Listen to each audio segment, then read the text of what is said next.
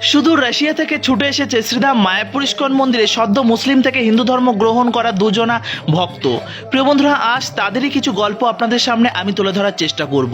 প্রিয় বন্ধুরা, আপনারা জানেন যে প্রতি বছর শ্রীধাম মায়াপুর ইস্কন মন্দিরে প্রচুর দর্শনার্থী, বিদেশি দর্শনার্থী এবং ভক্তরা আসেন এবং তারা এসে তাদের পূর্ব ধর্ম সনাতন ধর্মে তারা আবারও ফিরে যায়। হরে কৃষ্ণ। প্রিয় বন্ধুরা, আশা করি আপনারা ভীষণ ভালো আছেন। তো আমি আজ খবর পেয়েছি শ্রীধাম মায়াপুর ইস্কন মন্দিরের রাজাপুর মন্দিরে হচ্ছে একটি সুন্দর বিবাহ অনুষ্ঠান, আর তারা শুধু রাশিয়া থেকে ছুটে এসে তারা সনাতন ধর্ম গ্রহণ করছে। প্রিয় বন্ধুরা, আপনারা জানেন যে সনাতন ধর্ম হচ্ছে আদি ধর্ম এবং যার কোনো শেষ নেই। প্রিয় বন্ধুরা, পৃথিবীর মধ্যে সব থেকে পুরনো ধর্ম হচ্ছে আমাদের সনাতন ধর্ম। আমরা ভীষণ গর্ববোধ করি যে আমরা এই সনাতন ধর্মাবলম্বী ব্যক্তিত্ব। প্রিয় বন্ধুরা, দেখতেই পাচ্ছেন ওরা কিন্তু রাশিয়া থেকে ছুটে এসেছে, হরিনাম দীক্ষা গ্রহণ করছে, তারা ভগবানের নাম গ্রহণ করছে। তারা যখন সনাতন ধর্ম গ্রহণ করেছে তাদের তো বিবাহ হয়েছে, কিন্তু বিবাহ হওয়ার পর তারা আবার নতুন করে এই বৈদিক বিবাহ তারা সম্পূর্ণ করছেন। প্রিয় বন্ধুরা, রাশিয়াতে এরা এমনই একটি জায়গায় থাকতো যেখানে তারা হরিনাম করতে একদিন ইস্কনের ভক্তদের সঙ্গে তাদের যোগাযোগ হওয়ার পর তারা যখন নিজেদের অস্তিত্ব, নিজেদের ধর্ম সম্পর্কে জানতে পারলো, তখন তারা কিন্তু সনাতন ধর্ম গ্রহণ করতে চায়। আর তখন তাদের পারিপার্শ্বিক বিভিন্নভাবে তাদের উপর অনেক চাপ সৃষ্টি হয়। তখন তারা নিজেদের মধ্যে ডিসাইড করলো যে তারা ইন্ডিয়াতে আসবে এবং ইন্ডিয়াতে এসে তারা শ্রীধাম মায়াপুর ইস্কনে সর্বপ্রথম আসবে এবং এসে তারা সনাতন ধর্ম গ্রহণ করবেন। প্রিয় বন্ধুরা, দেখতেই পাচ্ছেন তাদের পিছনে রয়েছে শিখা। তারা আমাদের সনাতন ধর্মের মতন তারা শাড়ি পরে বিবাহ করছে, ধুতি পাঞ্জাবি পরে। প্রিয় বন্ধুরা, আজ আমাদের অবাক লাগে না যে আজ আমাদের সনাতন হিন্দু ধর্মের অনেক বোনেরা, অনেক ভাইয়েরা যে বিয়ে করতে যাচ্ছে ব্লেজার পরে, আর আমাদের বোনেরা লেহেঙ্গা পরে তারা বিবাহ করছে, মানে নন বেঙ্গলি যে বিভিন্ন ট্র্যাডিশন তারা গ্রহণ করছে। প্রিয় বন্ধুরা, আজ দেখুন বিদেশিরা তারা শাড়ি পরে সুন্দরভাবে আমাদের সনাতন ধর্ম গ্রহণ করে ভগবানকে সাক্ষী রেখে তারা কিন্তু বিবাহ করছে, সাত পাকে বাধা পড়ছে। আজ আমরা ইন্ডিয়ান মানুষরা, আমরা যারা সনাতন ধর্মাবলম্বী, তারা কি করছি? প্রি ওয়েডিং ফটোশ্যুট নিয়েই ব্যস্ত থাকছি, তাই না? হ্যাঁ, অবশ্যই করতে হবে, কারণ আমাদের জীবনের এই মূল্যবান জিনিসগুলো অবশ্যই আমাদের ফটোশ্যুট এবং আমাদের অ্যালবাম বন্দি করে রাখতে হবে। কিন্তু আমাদের এই সনাতন ধর্মে বা আমাদের এই হিন্দু ধর্ম আমাদেরকে ভুলে গেলে চলবে না। প্রিয় বন্ধুরা, দেখতেই পাচ্ছেন যে জগন্নাথ বলদেব সুভদ্রা মহারানীকে সাক্ষী রেখে এই বিবাহটি হচ্ছে, আর অপরদিকে হচ্ছে বিবাহ অনুষ্ঠান হচ্ছে আর মহাভোজ হবে না, এমনটা কি হতে পারে? একদমই না।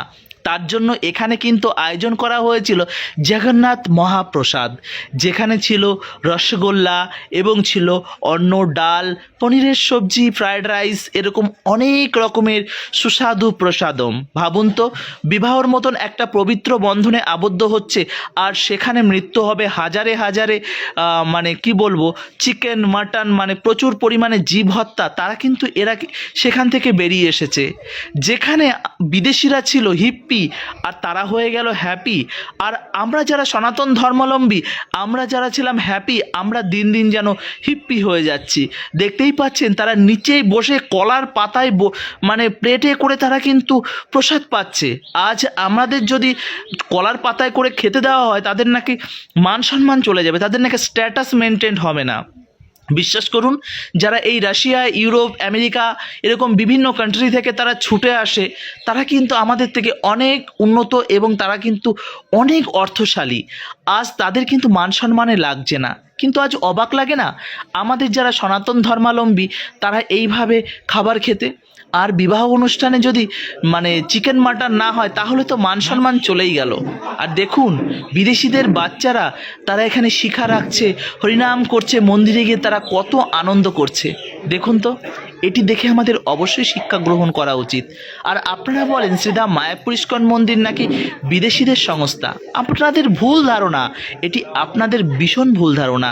কারণ তারা বিদেশ থেকে আসছে, শ্রীধাম মায়াপুরে থাকছে, হরিনাম করছে, আবারও তারা নিজের দেশে ফিরে যাচ্ছে। সনাতন ধর্ম তারা যতটা এখান থেকে শিখে গিয়ে তারা দেশে সেটাকে বিলি করছে।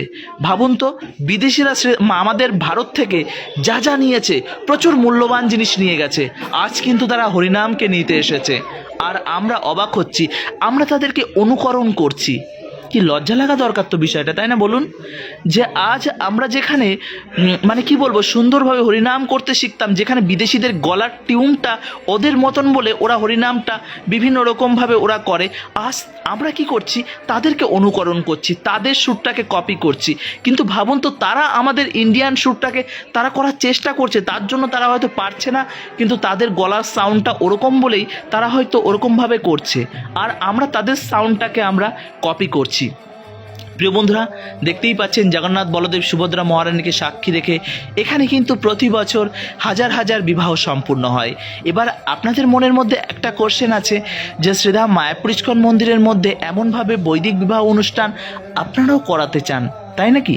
তো তাহলে কি আপনারা করাতে পারবেন, আপনারা যদি গৌড়ীয় বৈষ্ণব বা স্কনের ভক্ত না হয়? অবশ্যই পারেন, কারণ বিবাহ এমনই একটি বন্ধন, এই বন্ধনে আবদ্ধ হবার পর আপনারা যখন ভগবানের প্রসাদ গ্রহণ করবেন এবং আপনার রিলেটিভদের যখন গ্রহণ করাবেন আপনার বিবাহ অনুষ্ঠানে, তখন হয়তো আপনার চিন্তাধারাই বদলে যেতে পারে। হয়তো আপনার ঘরে যে সন্তান আসতে চলেছে সেই সন্তান হয়তো একটা শুদ্ধ কৃষ্ণ ভক্তে পরিণত হবে।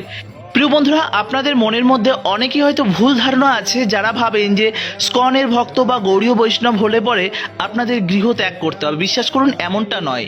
আমাদের ইস্কনের প্রায় 80% ভক্ত তারা কিন্তু গৃহস্থ ভক্ত, আর 20% তারা কিন্তু ঘর সংসার ত্যাগ করেছে, সন্ন্যাসী ব্রহ্মচারী। তারা কি করছে, আমাদের সনাতন ধর্মটাকে তারা রক্ষা করছেন, দেশে দেশে তারা প্রচার করে বেড়াচ্ছেন। প্রিয় বন্ধুরা, আসুন আমরা প্রত্যেকে মিলেমিশে আবার এক হয়ে আমাদের সনাতন ধর্মটাকে অনেক দূর পর্যন্ত আমরা পৌঁছে নিয়ে যাই। কারণ সনাতন ধর্ম আদি ধর্ম, এই ধর্ম কিন্তু প্রাচীন ধর্ম, তো সেই ধর্মটাকে আমাদের রক্ষা করতে হবে। ভাবুন তো, আমাদের পাড়ায় যখন কোনো ড্যান্সের প্রোগ্রাম বা কোনো গানের প্রোগ্রাম হয়, তখন আমরা রাত জেগে সেগুলো দেখার চেষ্টা করি। আমরা সেখানে বলি যে আরেকটা ড্যান্স হোক, আরেকটা গান হোক।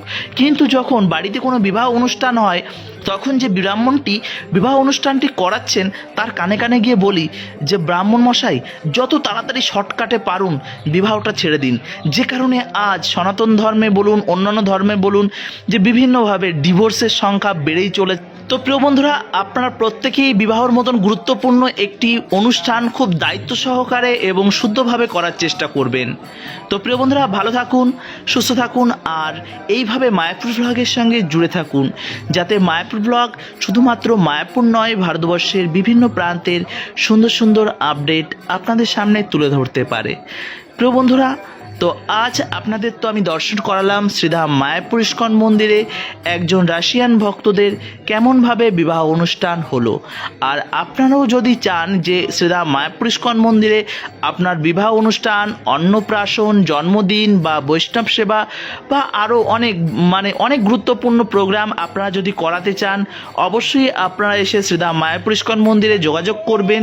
এছাড়া আপনারা যদি চান যে এই রাজাপুর ইস্কন মন্দিরে, এটি কিন্তু মায়াপুর ইস্কন মন্দিরের একদমই কাছে অবস্থিত, এই মন্দিরে কিন্তু অনেক বড় বড় প্রোগ্রাম আমাদের মায়াপুর ইস্কন মন্দিরের হয়ে থাকে, কেননা এই জায়গাটি ভীষণ ভালো।